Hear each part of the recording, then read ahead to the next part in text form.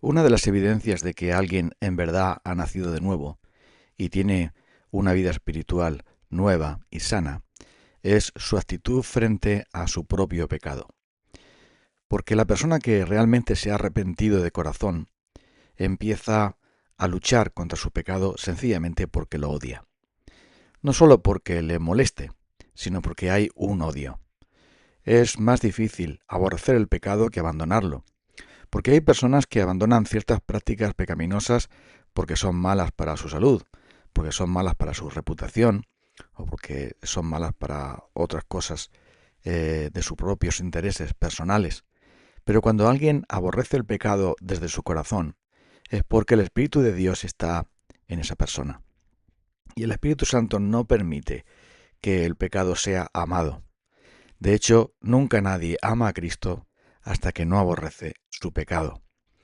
Y esta es la gran cuestión, porque todo cristiano tiene esa lucha implacable contra su propio pecado, como lo tuvo también el apóstol Pablo, en que él preguntaba cuándo iba a ser liberado de ese cuerpo de muerte. O como nos dice el profeta Zacarías, cuándo iba a ser por fin revestido el sumo sacerdote Josué con las vestiduras blancas y quitarse las vestiduras inmundas. Así que hay un verdadero odio hacia el pecado que tenemos dentro si realmente tenemos a Dios. Porque es imposible que convivan el Dios Santo y el pecado consentido en nosotros, es decir, el pecado dejado como si nada. Porque cuando el corazón se opone al pecado, entonces todo se pone en marcha. Hay algo dentro de nosotros que nos impulsa a odiar aquellas cosas que sencillamente Dios odia, que Cristo aborrece.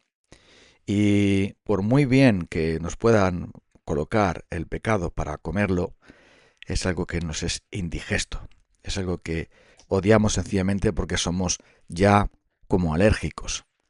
Porque para algunas personas le puede gustar el marisco, pero para otras personas que son alérgicas simplemente les da asco y no pueden tomarlo. Y un cristiano es alguien que el pecado le produce asco, le produce repugnancia porque revuelve sus tripas espirituales, por decirlo así, porque daña su propia alma.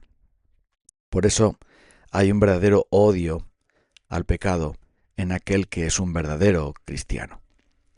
¿Por qué? Porque la naturaleza divina que el Señor ha implantado en nuestros corazones mediante la obra perfecta del Espíritu Santo, mediante la palabra del Evangelio, hace que esa lucha sea constante. Hay realmente una aversión en los afectos y no solamente en la voluntad. Hay un odio hacia el pecado y una guerra total contra él, contra todo tipo de pecado. Pablo lo define así en Romanos 7, hago lo que aborrezco. Es verdad que el cristiano peca, pero a regañadientes. El cristiano no quiere pecar, odia el pecado. Y cuando peca se siente miserable y se siente sucio, indigno, porque finalmente está haciendo algo que no ama en verdad hacer. Y este odio se manifiesta en todo tipo de pecados, no solamente en algún pecado concreto que nos puede hacer sentir más miserables o desgraciados, sino en todo pecado. El Salmo 119 dice, aborrezco todo camino de mentira. Un cristiano es alguien que aborrece cualquier tipo de pecado que pueda haber en su vida o incluso pueda haber en las vidas de otros, porque los hipócritas van a odiar algunos pecados, pero los cristianos van a odiar todos los pecados. Y Pablo no solamente odia el pecado, sino cualquier insinuación para pecar. Esa tendencia innata que tenemos nosotros, o esa tentación en las que el diablo nos prepara ese menú envenenado del pecado, para eso también Pablo dice que lo odia, porque el pecado no solamente produce condenación para llevarnos al infierno, el pecado es un infierno mismo. Por eso, la iglesia de Éfeso, el Señor la alaba en Apocalipsis capítulo 2, porque no podía soportar a los malvados. Y también tenemos a Pablo, que censuró a Pedro por su hipocresía en el asunto de comer o no comer con los gentiles en presencia de los judíos, de los cristianos gentiles en presencia de los judíos.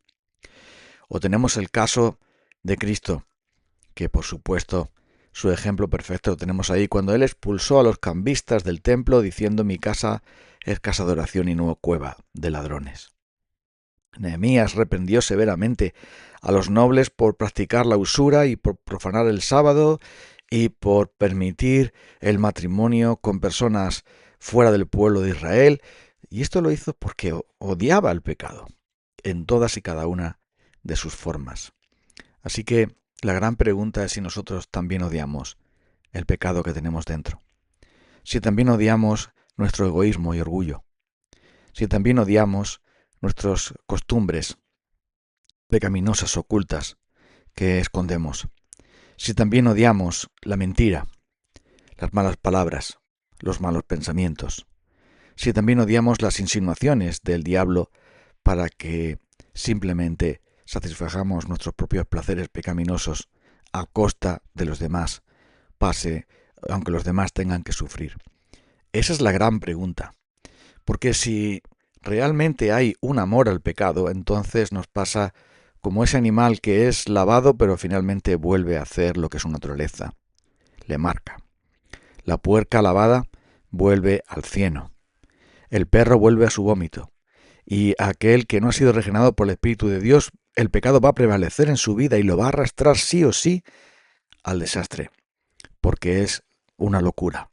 El pecado es una locura que nos envuelve de tal manera que rompe todas las barreras que la palabra de Dios pone y finalmente se impone, haciendo que caigamos en cosas que realmente deberíamos aborrecer.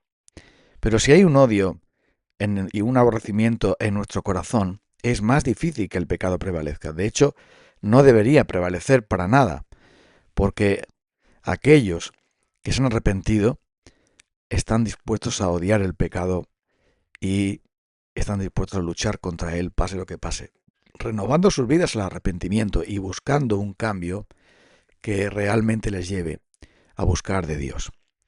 Así que amar el pecado es peor que cometerlo, porque un creyente puede cometer un pecado por haberse seducido por un momento de debilidad, simplemente porque esa práctica pecaminosa pues le es difícil resistirla y está luchando por ella. Pero alguien que ama el pecado es alguien que no está con Dios, alguien que no ama a Dios. Eso está muy claro en la Biblia. Por eso quienes aman el fruto prohibido no pueden amar a aquel que es santo, a aquel que es perfecto. Si pecamos voluntariamente después de haber recibido el conocimiento de la verdad, ya no queda más sacrificio por los pecados. La práctica obstinada del pecado en la vida de alguien demuestra que esa persona es un apóstata, alguien que no ha conocido a Dios, alguien que no es de Dios. Por eso tenemos que pensar muy bien si estamos dispuestos a luchar contra nuestro pecado, si estamos dispuestos a pelear contra él o simplemente estamos consintiéndolo en nuestra vida y ocultándolo. Es hora de que nos demos cuenta que el pecado proviene del diablo. El diablo peca desde el principio. El pecado es algo que es sobremanera y exageradamente pecaminoso. Proviene del infierno. Nos lleva a nuestra separación de Dios en todos los sentidos.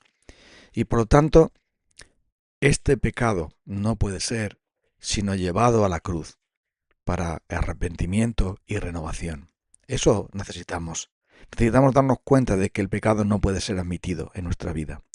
Y que toda vez que somos confrontados con la palabra de Dios y los mandamientos de Dios y el pecado está ahí, debemos levantarnos a luchar contra él y nunca permitirle ningún lugar en nosotros.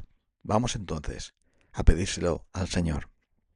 Señor, gracias, porque tu palabra nos revela que el pecado es el enemigo de los enemigos, es ese monstruo maligno que hace que nos podamos apartar de ti, que podamos dejar de experimentar tu presencia, tu gracia en nuestra vida, nos hace sentir desgraciados, miserables, daña a otras personas, contrista a tu Espíritu Santo, te deshonra a ti, deshonra a tu propia iglesia. El pecado y su prevalencia y dominio en una persona revela, Señor, que está totalmente perdida. Pero gracias que en Cristo Jesús podemos tener liberación de nuestro pecado, del poder de nuestro pecado, y podemos tener a través de su muerte la perfecta salvación. Ayúdanos entonces a vivir como libres y jamás, nunca más, como esclavos. En el nombre de Cristo.